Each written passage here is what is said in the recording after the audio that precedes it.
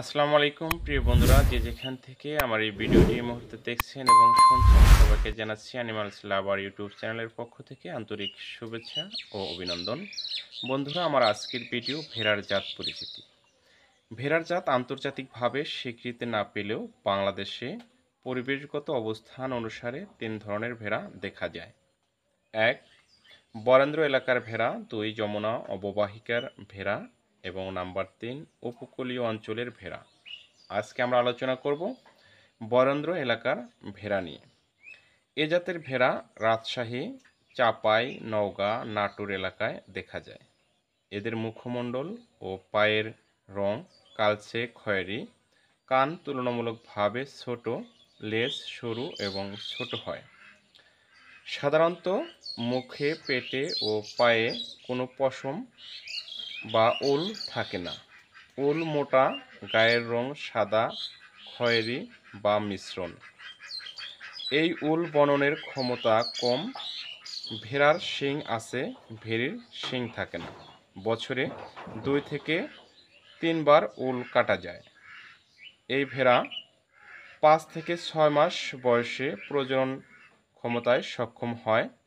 10 থেকে 12 মাস বয়সে প্রথম বাচ্চা দেয় এবং প্রতিবারই 1 থেকে 3টি বাচ্চা দেয়।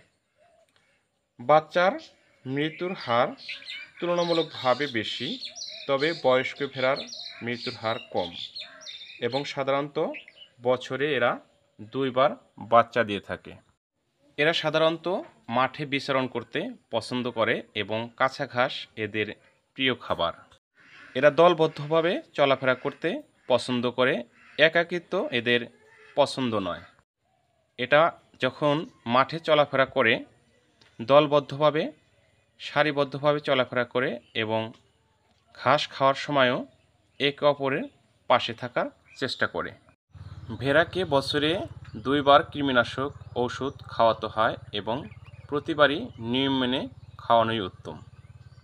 সঠিকভাবে এবং সঠিক সময়ে যদি ভেড়াকে কৃমিনাশক ঔষধ খাওয়ানো না যায়, তাহলে দিন দিন এদের ওজন হ্রাস পেতে থাকে, খাবার দাবারের রুচি কম দেখা দেয়, মাংস উৎপাদন কমে যায় এবং প্রজনন ক্ষমতায় অক্ষম হতে থাকে।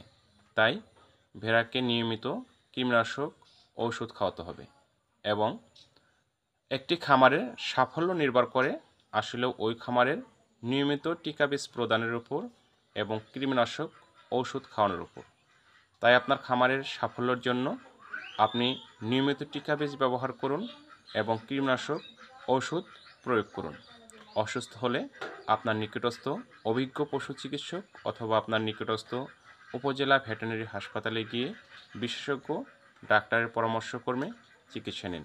বন্ধুরা, ভালো থাকবেন।